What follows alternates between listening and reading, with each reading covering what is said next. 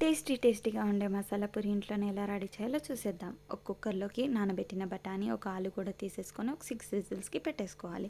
కనిపిస్తున్న ఇంగ్రీడియెంట్స్‌ని ఒక బాండీలోకి వేసుకొని ఫ్రై చేసేసుకొని అది ఒక జార్‌లోకి తీసేసుకోవాలి. కొంచెం ఎక్కువ క్వాంటిటీలోనే కొత్తిమీర ఇంకా పుదీనా కూడా తీసుకోవాలి. ఒక 3 టేబుల్ స్పూన్స్ ఉడకపెట్టిన బఠానీ కూడా వేసి మెత్తగా పేస్ట్ చేసేసేయండి. ఇప్పుడు ఉడకపెట్టిన ఆలు ఇంకా బఠానీ కూడా మెత్తగా పప్పు గుత్తితోటి స్మాష్ చేయండి. ఒక బాండీలో ఒక ఆయిల్ వేసుకొని కనిపిస్తున్న ఇంగ్రీడియెంట్స్ వేసి ఫ్రై చేసేసి అందులోకి మనం పేస్ట్ చేసి పెట్టుకున్న ఆ మిశ్రమాన్ని కూడా వేసి పచ్చివాసన పోయేంత వరకు ఫ్రై చేసేసుకోవాలి.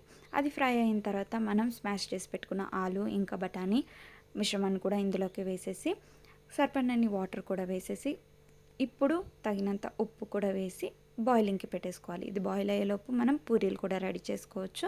ఇప్పుడు పూరీని చేయితోటి బాగా క్రష్ చేసేసి మసాలాను దాని మీద వేసేసి ఆనియన్, టమాటా, కొత్తిమీర ఇంకా పైన మిక్చర్తో పాటు వేసుకొని తింటే వావ్!